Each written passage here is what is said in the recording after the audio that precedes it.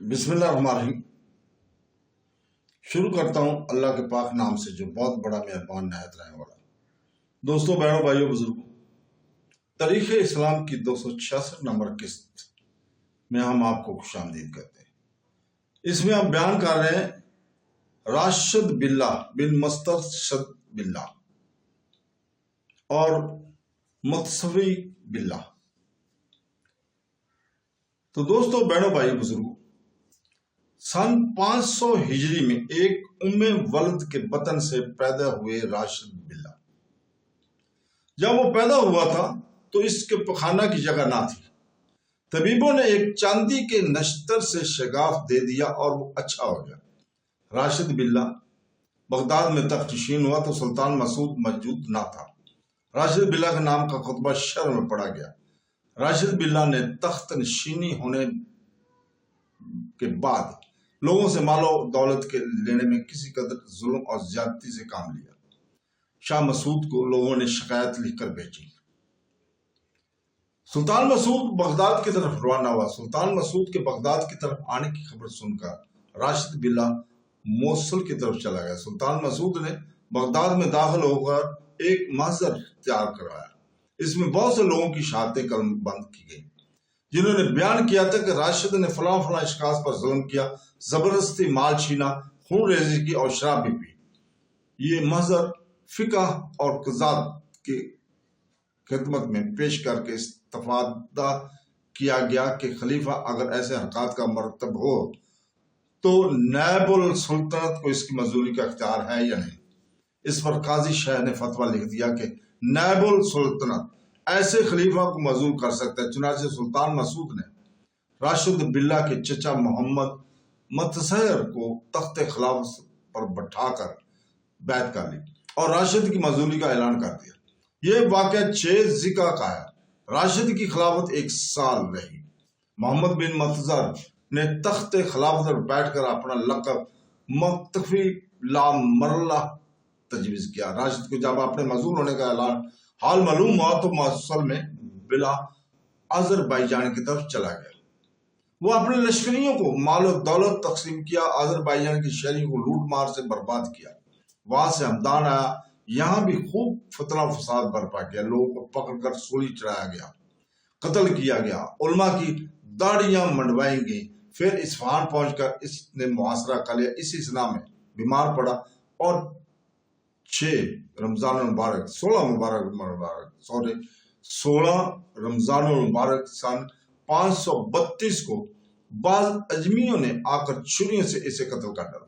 Baghdad میں راشد کے قتل ہونے کی خبر پہنچی تو اس کے ماتم میں ایک دن کے لیے دفاتر بند کیے گئے۔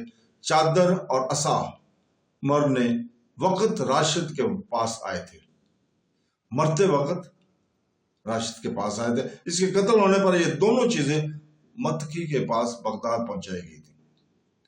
ابو عبداللہ محمد مقتفی باللہ 12 ربیع الاول سن 479 کو ایک حبشیہ ولد کے پیٹ سے پیدا ہوئے اور 12 ذوالحج سن 530 کو تخت نشین ہوئے۔ اس کے بعد سلطان مسعود نے سلطان داؤد کی سرکوبی اور تعاقب کے لیے فوج روانہ کی تھی۔ داؤد نے مقام مراغہ میں شکست کھائی اور خرستان پہنچ کر فوجیں جمع کی اور تشتر کا محاصرہ کر لیا۔ سلجوق شاہ جو ان دنوں واسط کا حکمران تھا، سلطان مسعود کے حکم سے تشتر کو بچانے کے لیے روانہ ہوا، مگر داؤد سے شکست کھا کر واپس آ گیا۔ سلطان مسعود نے اسی خیال سے بغداد کو نہ چھوڑا کہ کہیں راشد بغداد پر نہ چڑھائے۔ مسعود نے عماد الدین زنگی والی موصل کو لکھا کہ مقتفی کے نام کا خطبہ پڑھا جائے۔ عماد الدین نے جس مقتفی کے نام کا خطبہ پڑھا اور راشد کا نام خطبہ سے خارج کر دیا تو راشد ناراض ہو کر موصل سے رجب سن 521 میں چل دیا، جس کا ہم پہلے ذکر کر چکے ہیں کہ فارس میں بعض سرداروں نے راشد کی حمایت کا قصد کر کے راشد کے پاس جانے کا قصد کیا۔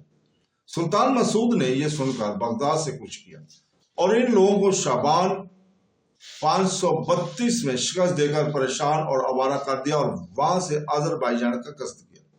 ادھر داؤد، خوارزم شاہ اور راشد نے مل کر عراق کا قصد کیا۔ سلطان مسعود نے یہ سن کر بغداد سے کوچ کیا اور خوارزم شاہ اور داؤد دونوں راشد سے جدا ہو گئے۔ راشد نے اصفہان کا محاصرہ کیا اور اسی سنہ میں راشد کو چند خراسانی غلاموں نے قتل کر دیا۔ راشد اصفہان کے بحر مقام شہر مستان میں مدفون ہوا۔ ادھر سلجوق شاہ نے واسط سے آ کر بغداد پر قبضہ کر لیا تھا۔ بڑی بدامنی پیدا ہوئی۔ اہل بغداد نے سلجوق شاہ کو شکست دے کر بغداد سے نکال دیا۔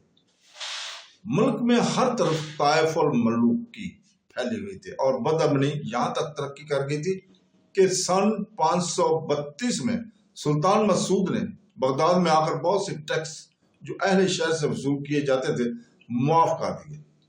چند سال اسی حالت میں گزرے۔ خاندان سلجوقی سے متحد افراد کے علاوہ دوسرے سرداروں نے بھی اپنے اپنے خود مختاری کی تدبیر میں سوچنی شروع کر دی تھی۔ سلطان مسعود نے اپنے خاص سرداروں کو جن سے وہ صاف نہ تھا اور جن پر قابو پا سکتا تھا قتل کرنا شروع کیا۔ کئی سرداروں کو دھوکے سے قتل کرا دیا۔ اس کا نتیجہ یہ ہوا کہ وہ خود بہت کمزور ہو گیا۔ بلاد جبل میں جا کر اس نے اقامت اختیار کیا اور بغداد اور عراق کو بدامنی کے عالم میں چھوڑ دیا۔ خلیفہ مختفی نے اس حالت سے فائدہ اٹھانے میں کوتاہی نہیں کی، یعنی خلیفہ نے اپنا اثر و رسوخ اقتدار رفتہ رفتہ قائم کرنا اور اپنی طاقت کو بڑھانا شروع کر دیا۔ خلیفہ کی طاقت ادھر ترقی کر رہی تھی، ادھر سلطان مسعود اور سلطان سنجر کا اثر بتدریج کم ہوتا جا رہا تھا۔ سلطان سنجر نے مسعود کی ملامت امیز خطوط لکھے اور امیروں کے قتل کرنے اور بغداد کے قیام کو ترک کر دینے کی خرابیاں سمجھائیں۔ آخر سن 544 میں سلطان سنجر خود مقام رے میں آیا۔ یہیں سلطان مسعود بھی اس کی خدمت میں حاضر ہوا جب سن 544 میں ملک شاہ بن سلطان محمود نے بعض سرداروں کو ہمراہ لے کر بغداد پر چڑھائی کی تھی۔ خلیفہ مختفی نے شہر کی قلعہ بندی کر کے مدافعت کی اور سلطان مسعود کو طلب کیا، مگر سلطان مسعود رے میں اپنے چچا سنجر کے پاس تھا، وہاں سے نہ آ سکا۔ ملک شاہ بغداد میں تو داخل نہ ہوا مگر نہروان کو خوب لوٹا اور ویران کر دیا۔ اس کے بعد 15 شوال 544 کو مسعود وارد بغداد ہوا۔ پھر سن 545 میں ہمدان چلا گیا۔ یکم ماہ رجب جب 547 کو سلطان مسعود نے وفات پائی، اس کی جگہ سلطان مسعود کے وزیر خاص بیگ نے ملک شاہ بن سلطان محمود کو تخت نشین کیا، مگر سلطان مسعود کے مرنے کے بعد خاندان سلجوقیہ کی حکومت بغداد سے جاتی رہی اور اس خاندان میں کوئی ایسا شخص نہ رہا جو امارت اور سلطنت کے مرتبے کو قائم رکھ سکے۔ اس لیے سلطان محمود کو خاندان سلجوقیہ کا خاتم سمجھا جاتا ہے، بلکہ ملک شاہ نے تخت نشین ہوتے ہی ایک سردار کو قبضہ کرنے کے لیے بھیجا۔ اس نے حلب پر قبضہ کر لیا۔ شگنا بغداد مسعود جلال نامی نے حلب جا کر ملک شاہ کے سردار کو قتل کر کے خود حلب پر خود مختار حکومت شروع کر دی۔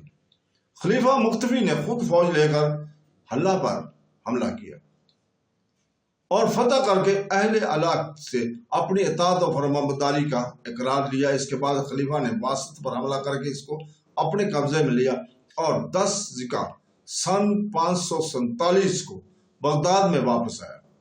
سن 548 میں خلیفہ نے اپنے وزیر زادہ اور امیر ترشک دونوں کو تقریت کی فتح کے لیے روانہ کیا۔ ان دونوں میں ناچاکی ہوئی۔